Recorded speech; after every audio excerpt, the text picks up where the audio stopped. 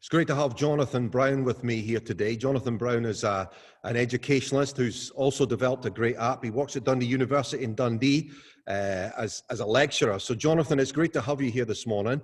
I just want to ask you a few questions just about your journey of becoming an educationalist and entrepreneurial as well. So just give us a wee bit of your background, Jonathan. Yeah, great. So I'm a Dundee boy, Gowrie Park in between Minas Hill and Charleston. Went to university to study philosophy and English lit.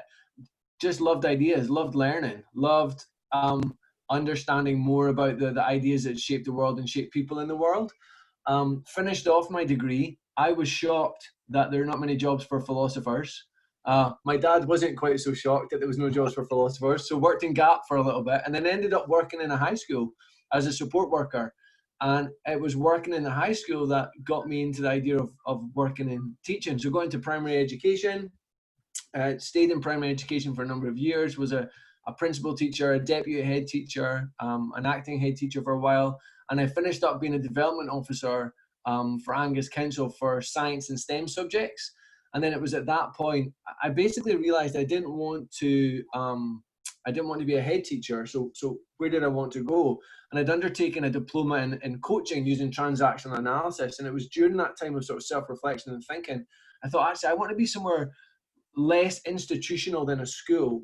And I would rather be at the university. So I got the opportunity to apply for a job 2 years ago at the University of Dundee, where I now work and lecture in education. And I just love it. I love that space to read and be creative and have that time to really engage in ideas. And it just kind of feels like a real good fit for me. And then I suppose alongside that, you touched on developing an app. Alongside that, there's been an entrepreneurial bit going on. And it's really just that outworking of the ideas that I'm engaging and developing with. You know, I'm very much, when I first started studying philosophy, you know, there's branches of philosophy that are interesting ideas that have no impact on the real world. And I knew I didn't want to study that. I didn't want that to be my contribution. I wanted my contribution to have a lived experience for people, a lived benefit. And I think that was just all the more developed when I was a primary school teacher. I'm working with children and families, and you're seeing a problem, and they don't just need interesting ideas. They need useful ideas. They need ideas that make a difference. You know, so for me, as I'm engaging in the reading and the learning I'm doing, I'm always looking at what's the application of this? How do we actually use this to make a difference? And that led me to develop an app based on some research I did that looks at family learning and decision making. So how do we help parents, taking into consideration how people actually make decisions, how do we help parents make better decisions in the home to better support their learning and their children? Fantastic, Jonathan. And you also, in the app, I'm aware of your generosity as well, which is huge, during the lockdown. So we're towards the end of May as we're doing this interview, 2020. We're just on the unlocking of the lockdown, phase 1 in Scotland and the United Kingdom. So we're obviously walking through this gingerly at this moment in time. Yeah. I'm aware you unlocked that app and made it available for schools and was it individuals or just schools? At the moment, the way that the app is delivered is schools or centres or local authorities purchase the app and then they provide free access to parents. So the app itself is free on the App Store. However, you need a QR code to create a profile. So when the lockdown happened and I realised it was going to be a huge shift to home learning, I made the app available for free. So at the moment, I think we have 9 different Scottish local authorities with I think over 1,000 users now across Scotland who are using this to support the learning at home. So yeah, it's a fantastic way just to be able to help when you know it's difficult for people. Yeah. Okay, what's the name of the app again, Jonathan? Just remind me. Yeah, that's important, right? It's the Family Learning App. And if you want to check out the website, it's thefamilylearningapp.com. And actually, we've just finished doing some really interesting research through the University of Dundee in a local nursery at Brecon, and we've got some fantastic results there from parents. Essentially, what it's looking at is simplifying decision-making environments. So we know that when we're looking to enact new behaviours, the more complicated or more energy that's required to take that step, the less likely you are to do it. So for example, if you want to be healthy and you want to have a healthy diet, the harder it is for you to, you have to look through a website or look through blogs and find a healthy recipe. And then you have to think, oh man, I don't have any of these ingredients. And you have to go to Tesco's and buy, the more steps they are, the less likely it is you're going to do it. So they talk about simplifying the decision-making environment. So we're shifting from you needing to work through all these stages they call it scripting the critical move. And what that looks like is just do this today. So there was a fantastic study done in the States, and the team were asked to bring for this one, not province in America, for this one state in America, to bring the average citizen's fat consumption to within the recommended daily allowance. Now, what they realized was that nutrition is a really crowded area. It's a really crowded space. There's lots of information out there, and a lot of it is conflicting.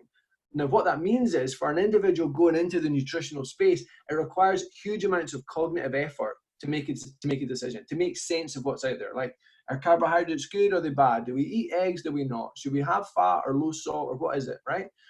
So what they realized was any information they produced and put into that space would actually make that decision-making environment more complicated and require more cognitive effort from people, okay? Instead, what they discovered was, if the average citizen was to switch from full-fat to low-fat milk, that single purchasing decision would bring the average citizen's fat consumption to within the recommended daily allowance. So instead of having more food pyramids or healthy plates or just more noise in that context, they were able to script the critical move with just buy low-fat milk, right? Now, I don't know if you remember the Got Milk adverts where you saw the celebrities with milk moustaches. Well, that's where that came from. So that idea is reducing the cognitive load by simplifying the decision-making environment to make behaviors more likely. So what my app does is it uses that same those same ideas. This comes from behavioral economics. That's the field of research. So it's those same ideas, but applies it to the home learning environment. So say you're a parent at home and you're wanting to support your child's learning. Well, what do? Right? Like, how do you know what to teach them? And you go on blogs and you read books, and it's all these different information that becomes too much. So what the app is my wife and I, who's also an educator, we developed a play-based curriculum for 2 to 6.5-year-olds. We did research looking at global curriculums and progression pathways and sort of psychological developmental milestones. And we created a curriculum. So when you download the app, you put in the child's date of birth, and then every day the app just sends you one developmentally appropriate play-based activity. So it's like the equivalent of today, just buy low-fat milk.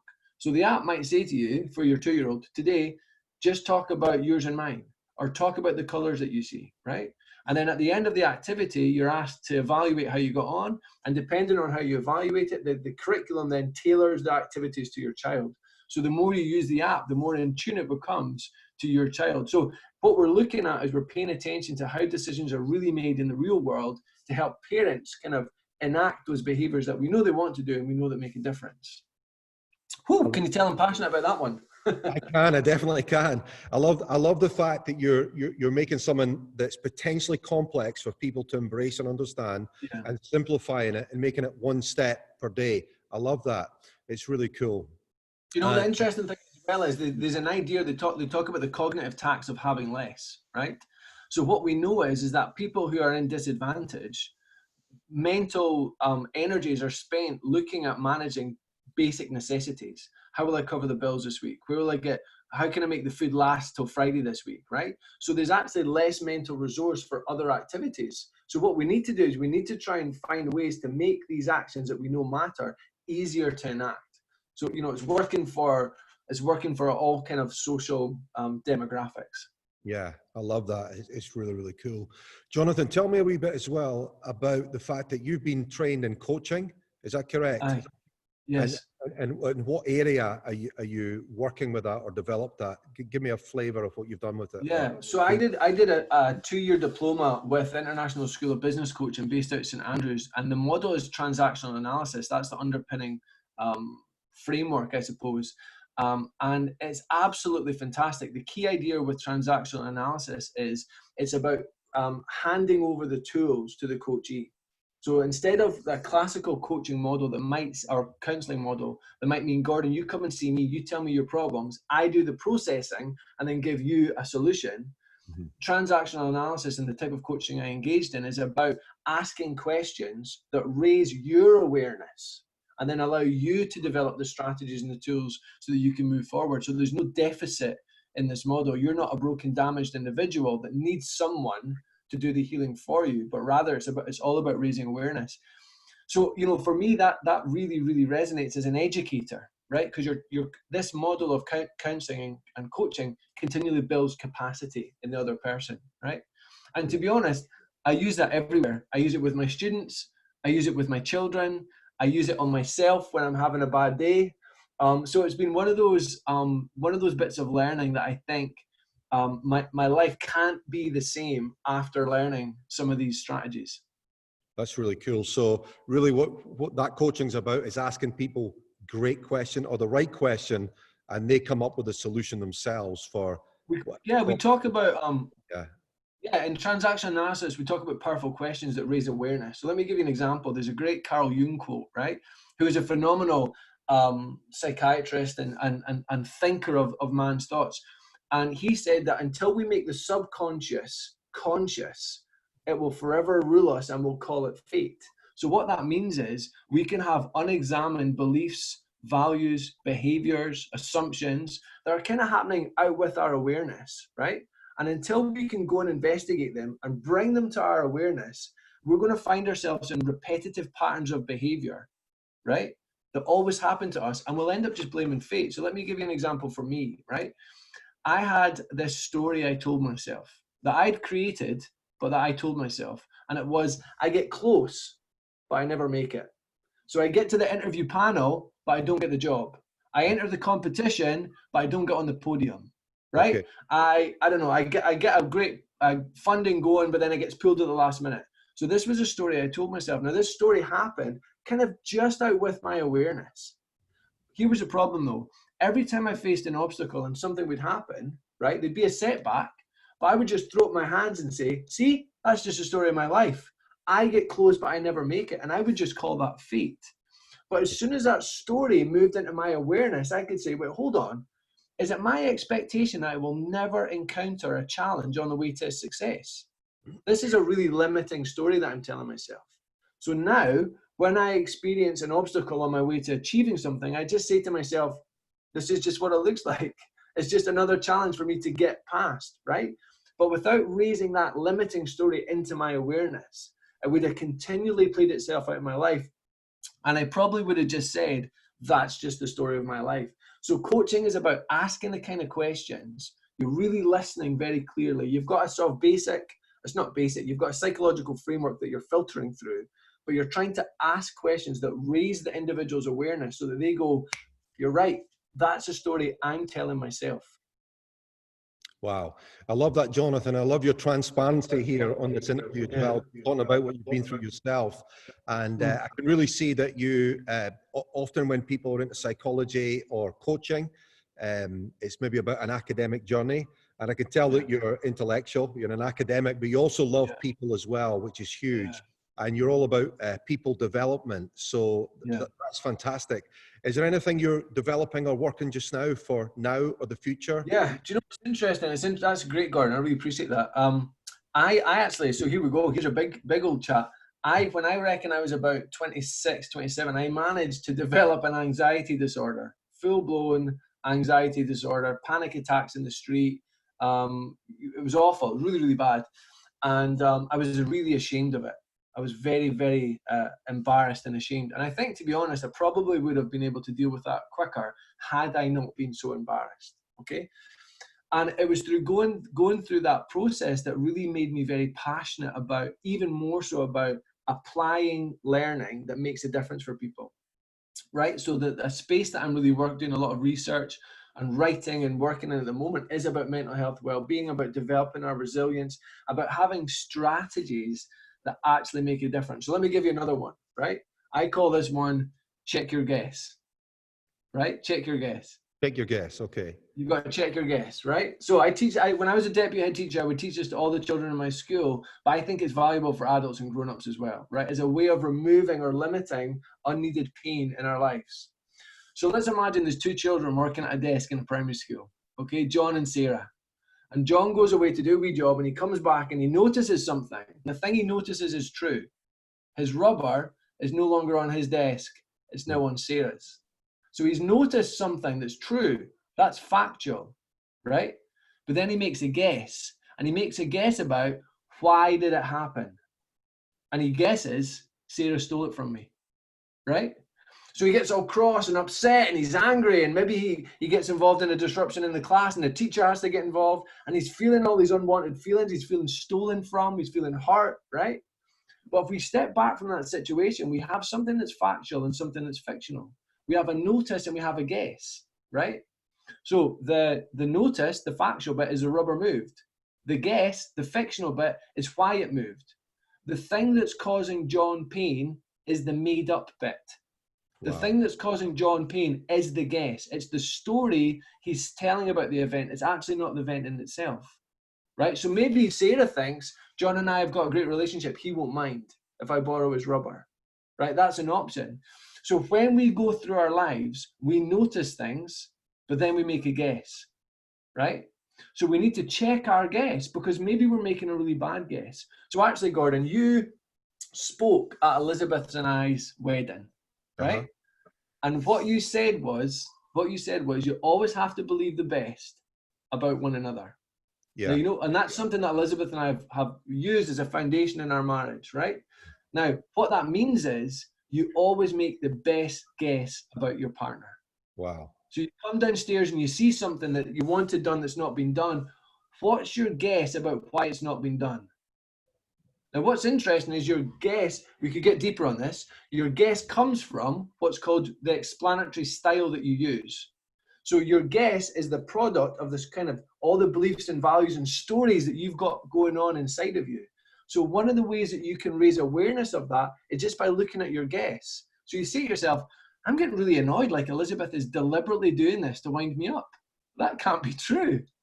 What's going on inside me? What are the stories that I'm telling that that's where I'm going to? And you begin to be able to do some work with this. Now, check your guess is a strategy I can teach to primary ones, right? 5-year-olds. They can learn to think, wait a second, maybe he wasn't doing that to be a meanie. Maybe there's another reason. But that's an example for me of the way that we can take quite big concepts and begin looking at practical ways we can use that to make a difference. So anyway, to answer your question on that, I'm also writing a book. Have you got a title for the book, or is it still in development? Still in development. So it's using a book. There's a book called As a Man Thinketh by James Allen, which is a 1903 book. It's kind of recognized as one of the first self-help books. And there's some stuff in it, I'll be upfront, I don't agree with, right? There's maybe some language, it maybe leans too far in certain directions. But actually within that book, there are lots of powerful strategies and powerful ideas. Now, the problem is, the book was written in 1903. The language is a little bit dense, and it's almost one continuous essay. So it's about 85 pages of like almost non-stop prose. So what I've done is I've modernized that language, so it's more up to date, more accessible. I've broken it down into 37 different sort of chapters, and then on each chapter, pulled out what the key ideas are and pulled in maybe recent studies within education or within psychology or within business to try and exemplify, here's what this would look like in the real modern world. And then there's questions for reflection. And the purpose of that is raising your awareness, right? Surfacing stuff. As soon as you notice something, you now have a choice. It's not fate anymore, because you can choose to believe that thought, right? And then there's specific action points. So now that you've learned this thing, here's some things that you need to go away and do differently, right? Because otherwise, it's just interesting information you've got, and that's not what changes us. It's got to get into our kind of lived experience, right? It's good. It's good. Really good stuff, Jonathan. I appreciate you sharing all that this morning. Huge. And yeah, check your guess. I love that. Check your guess. It's a good one, huh? No, not check your guest. Check your guess. Yeah. So, no, I love that. I really appreciate you being on here this morning, Jonathan, and just sharing your heart, sharing your journey, sharing, you're very vulnerable in what you shared about what you've been through yourself. So I value that and really appreciate that. And I think a lot of people learn from that. Yeah, part of the sharing though, part of the purpose of that is I wouldn't be embarrassed to tell you I pulled my hamstring. Mm-hmm. Right? And yet there's shame attached to saying I had essentially pulled something in my brain, right? I had something in my thinking that had went wrong. Somehow that was embarrassing. Pulling my hamstring, I wouldn't be embarrassed about. I'd probably walk around with a crutch and be all like, check me, I was doing too much workout in the gym, right? So I think it's important that we begin changing the narrative around what does it mean to work on our mental health. So I talk about mental fitness, mental health, mental well-being, right? If you were to Google, this is something I do with my university students. If you were to Google physical fitness or physical health, right? Google image that word. You get all these fantastic, inspiring pictures of buff dudes and gorgeous girls being fit. If you then put into Google mental health, Google images, you just get loads of pictures of sad people, right? That's so true. That's true. And it's interesting. So there's something about, if I said to you, yeah, I work probably half an hour a day on my mental health, you're like, he must be a fruitcake. He must be like super flaky, right?